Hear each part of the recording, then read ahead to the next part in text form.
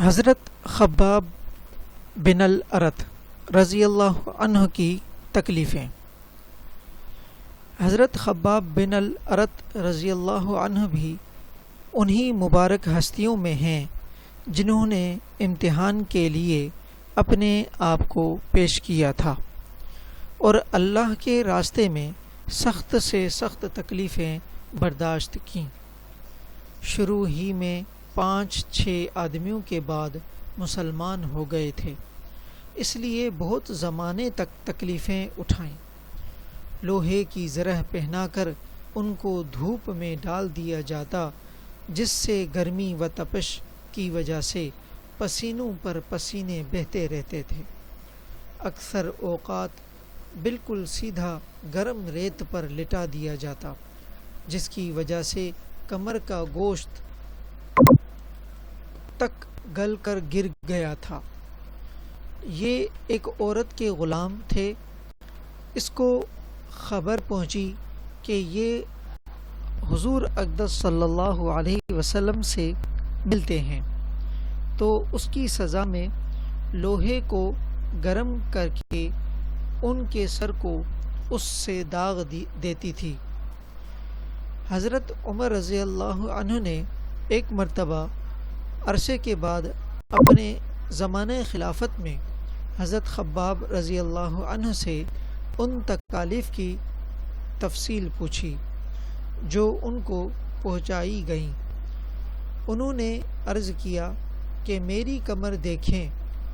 حضرت عمر نے کمر دیکھ کر فرمایا کہ ایسی کمر تو کسی کی دیکھی ہی نہیں۔ انہوں نے عرض کیا کہ مجھے آگ کے انگاروں پر ڈال کر گھسیٹا گیا، میری کمر کی چربی اور خون سے وہ آگ بجھی۔ ان حالات کے باوجود جب اسلام کو ترقی ہوئی اور فتوحات کا دروازہ کھلا تو اس پر رویا کرتے کہ خدا نخواستہ ہماری تکالیف کا بدلہ کہیں دنیا میں ہی تو نہیں مل گیا۔ حضرت خباب رضی اللہ عنہ کہتے ہیں کہ ایک مرتبہ حضور اقدس صلی اللہ علیہ وسلم نے خلاف عادت بہت ہی لمبی نماز پڑھی۔ صحابہ رضی اللہ عنہ نے اس کے متعلق عرض کیا تو حضور صلی اللہ علیہ وسلم نے ارشاد فرمایا کہ یہ رغبت و ڈر کی نماز تھی۔ میں نے اس میں اللہ تعالیٰ سے 3 دعائیں کی تھیں، 2 ان میں سے قبول ہوئیں اور ایک کو انکار فرما دیا۔ میں نے یہ دعا کی کہ میری ساری امت قحط سے ہلاک نہ ہو جائے، یہ قبول ہو گئی۔ دوسری یہ دعا کہ ان پر کوئی ایسا دشمن مسلط نہ ہو جو ان کو بالکل مٹا دے، یہ بھی قبول ہو گئی۔